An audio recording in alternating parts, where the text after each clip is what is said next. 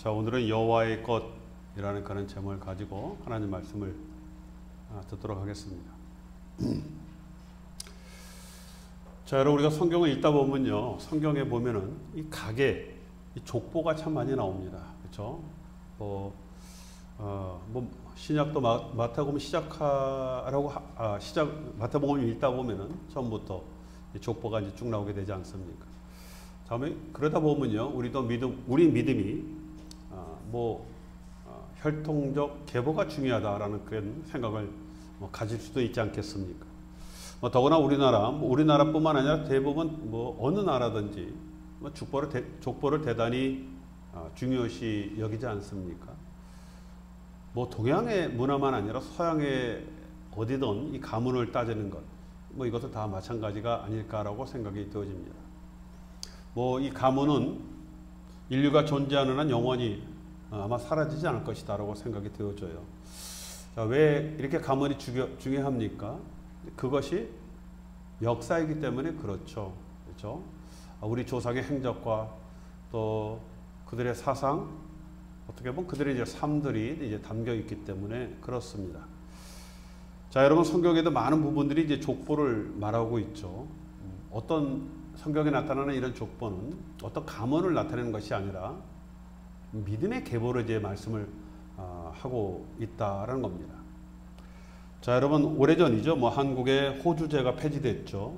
이것이 당시에 사회적으로 큰 이제 파장이 있었습니다. 다른 말로 하면은 장남 제도가 이제 폐지된 거예요. 또 법적으로 재산을 분배할 때도 장남이라고 많이 가져가고 차남이라고 적게 가져가고 이런 것이 아니라 모두 평등함을 인정한 남자나 여자나 할 것 없이 다 그 평등을 인정을 하면서 이것이 점점점 이제 핵 가족화되어지는 그 속도를 이제 빠르게 하는 그런 원인이 되었습니다. 자, 이제는 장남의 위치나 역할이 이제 사라지게 되어졌죠. 지금 요즘은 전에만 해도 둘 만나 잘 기르자라고 하면은 한 명은 남자고 한 명은 여자면 다 장녀가 되는 것 아니겠습니까? 그러다 보니까 장남의 어떤 그런 개념도 많이 사라졌다라고 말씀을 드릴 수가 있습니다. 자, 여러분, 성경에 보면은 장자 이야기가 많이 나오죠. 당연히 장자는 가정을 대표하고 그 가정에 책임이 따르는 만큼 그러다 보니까 그 가정 안에서의 어떤 상속권도 이 장남에게 있었다는 겁니다.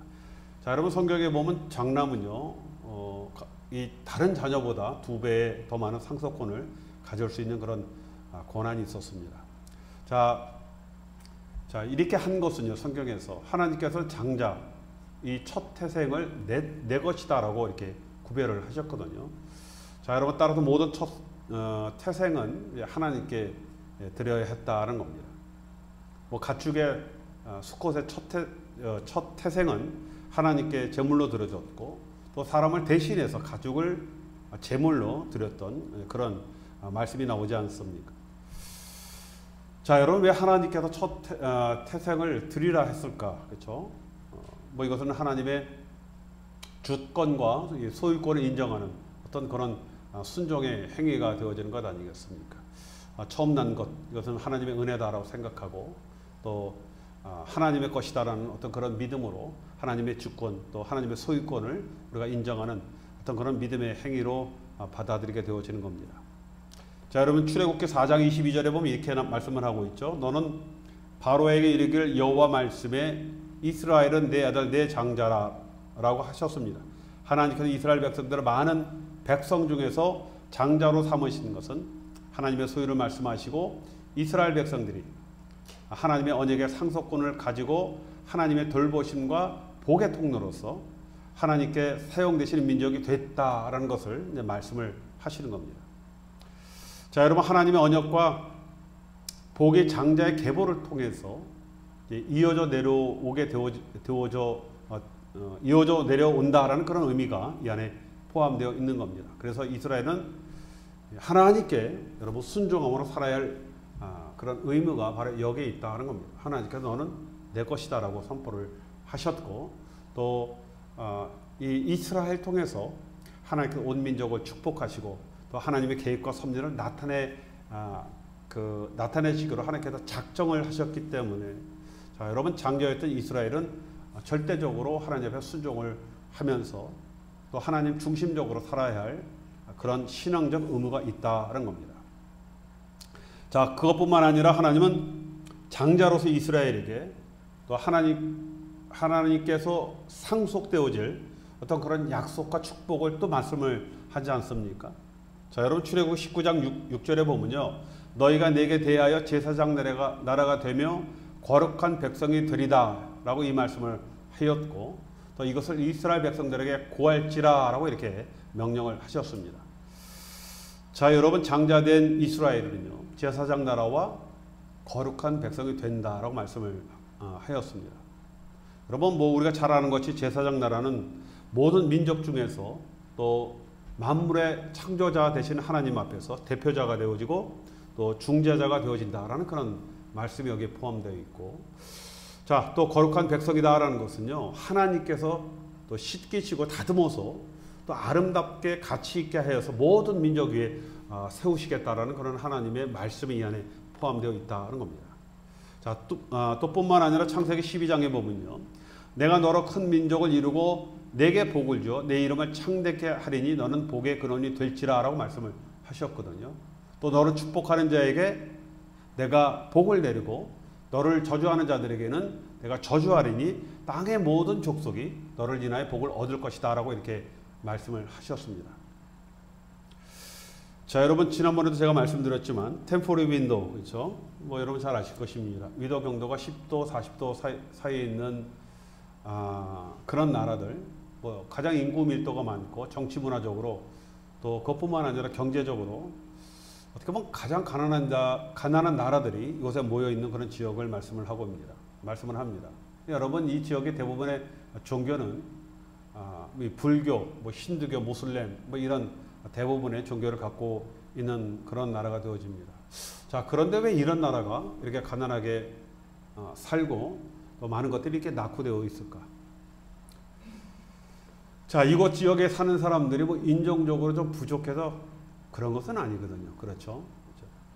자, 그동안 하나님께서 장자에게 주어진 하나님의 상속을 받지 못해서 그렇다라고 말씀을 드릴 수가 있습니다.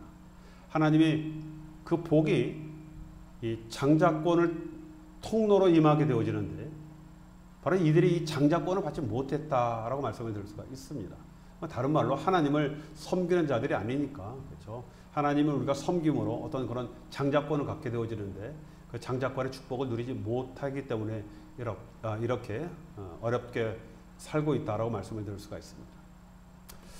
자, 오늘 성경에 보니까 유월절 이야기가 나오죠. 그렇죠? 자, 여러분 이 유월절이라는 것은 단순한 하나님의 심판을 말씀하는 것은 아니거든요. 그렇죠? 사단은 완전한 패배를 상정하고 이 새로운 장자권을 상속하는 그런 예고의 사건이거든요.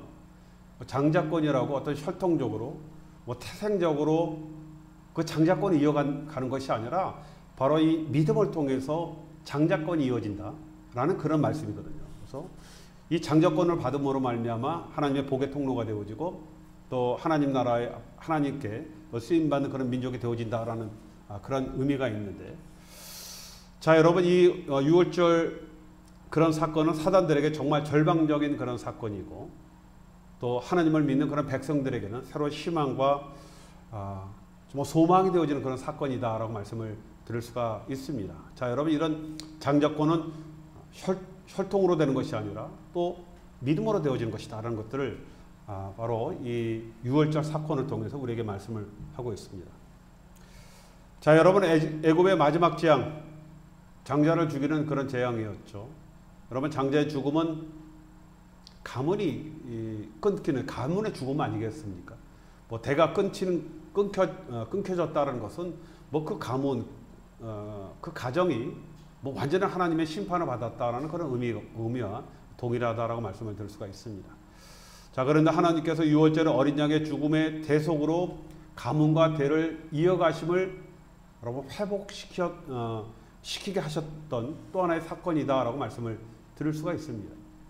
누구든지 뭐 종이든지 뭐 애굽이든지 뭐 이스라엘 사람들인지 하나님의 말씀에 순종하고 양을 잡아서 그 피를 임방과 설주에 바르면은 가문의 대를 이어갈 수 있는 그런 장자권을 획득하게 되어지는 그 사건이 바로 이 유월절 사건이다라고 말씀을 드릴 수가 있습니다.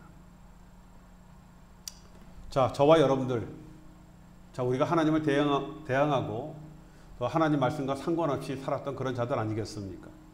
다른 말로 하나님의 심판에 직면해 있었던 그런 자들이었습니다. 자, 그런데 하나님께서 친히 우리에게 유월절 양을 준비해 주신 것 아니겠습니까? 그리고 이 양의 피의 능력으로 누구든지 하나님의 심판을 넘어가게 할 뿐만 아니라 하나님의 장자로 인칩을 받는 그런 자가 되게 하고 또 장자로서 하나님께서 주시는 놀라운 축복을 누릴 수 있는 그런 특권을 주신 것 아니겠습니까?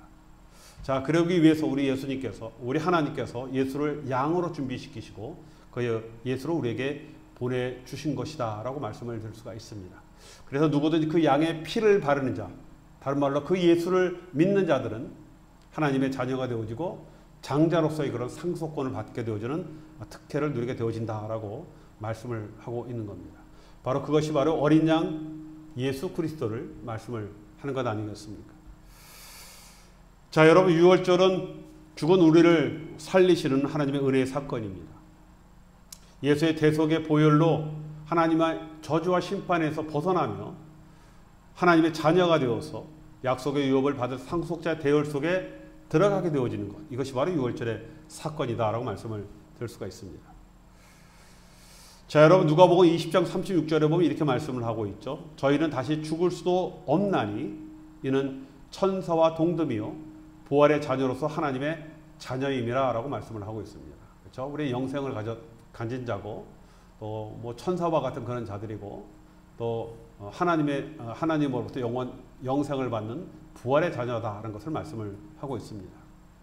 자, 여러분, 그래서 우리가 어린 양 피를 믿는다라는 것은요, 하나님께서 그 당신의 자녀들에게 유업의 약속과 우리의 삶을 인도하시고 보호하심을 이제 보증하는 그런 사건이 되게 되어지는 겁니다.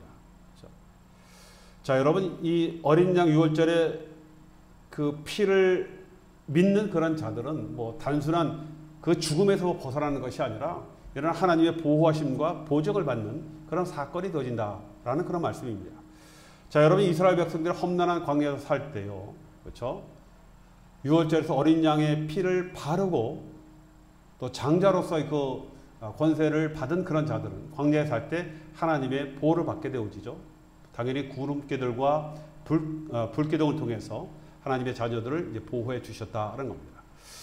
자, 여러분, 구름 또 불기둥 뭐 이런 것은요, 뭐 다른 특별한 의미가 아니라 하나님의 인도를 의미하는 겁니다. 그렇죠? 뭐 그냥 더위를 막아주시고 뭐 추울 때 뭐 불로서 우리 따뜻하게 보호해 주시는 뭐 그런 단순한 의미가 아니라 하나님의 인도를 이제 의미하신다는 겁니다.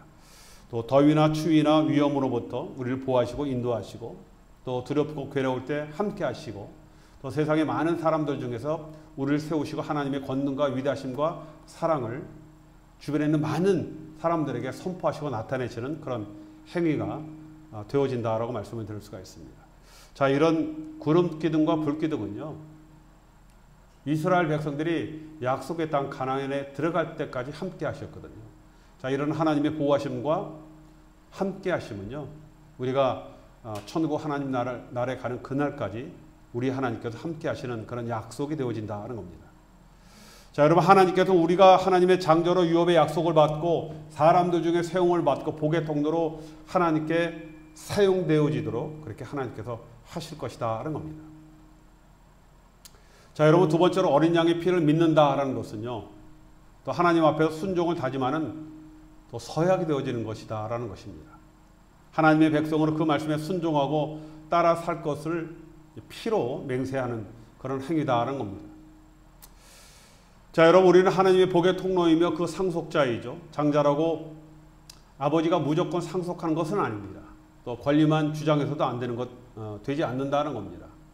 또 여러분, 이 장자라는 것은 당연히 거기에 의무와 도리가 있고 이것을 다 해야 할 그런 책임이 있는 것 아니겠습니까? 자, 그래서 거룩하고 순결하며 또 소외되고 어려운 그런 사람들을 불쌍히 여기고 또 거짓과 불의를 행하지 않으며 또 안식을 지키며 최선을 다하는 그런 삶의 어린 양의 피를 믿는 믿음의 행위가 되게 되어진다라고 말씀을 드릴 수가 있습니다. 자, 여러분, 우리가 이 세상 살아갈 때 또 우리가 하나님 앞에 이런 장자로서 우리가 세움 받았다라는 그런 믿음으로 우리가 살아갈 필요가 있습니다. 자, 그래서 또 세상의 또 근심이나 또 세상의 풍조에 걱정하거나 두려워하지 마시고 또 우리가 그동안 우리의 믿음의 선조들이 지켰던 그 길을 쫓아가면서 생명으로 그 믿음을 우리가 따라갈 필요가 있다라는 겁니다. 자, 여러분이 알고 있는 그 믿음을 우리가 믿음으로 행하는 것, 이것이 중요하지 않겠습니까? 우리는 전적으로 장자로서 주님 앞에 세움받을 수 있는 그런 자격이 없지만 그럼에도 불구하고 우리가 하나님의 은혜로 또 그 하나님을 믿음으로 말미암아 그 믿음으로 따름으로 말미암아 하나님의 은혜로 하나님께서 우리를 이렇게 특별하게 장자로 세워주셨다라는 겁니다. 자, 반드시 하나님은 또 우리에게 이런 자들에게 하나님께서 약속하신 그런 장자로서의 그 특권을 누리도록 행하신다는 겁니다. 자, 다시 한번 우리가 이런 믿음을 가지고 또 믿음으로 행할 뿐만 아니라 하나님께서 주신 또 장자로서의 우리의 책임과 의무를 또 믿음으로 다함으로 말미암아 하나님께서 우리에게 예비하신 그런 장자의 모든 권한과 축복을 다 이 땅에서도 누리며 하나님의 영생을 누릴 수 있는 저와 여러분이 되시길 주님의 이름으로 축원드리겠습니다.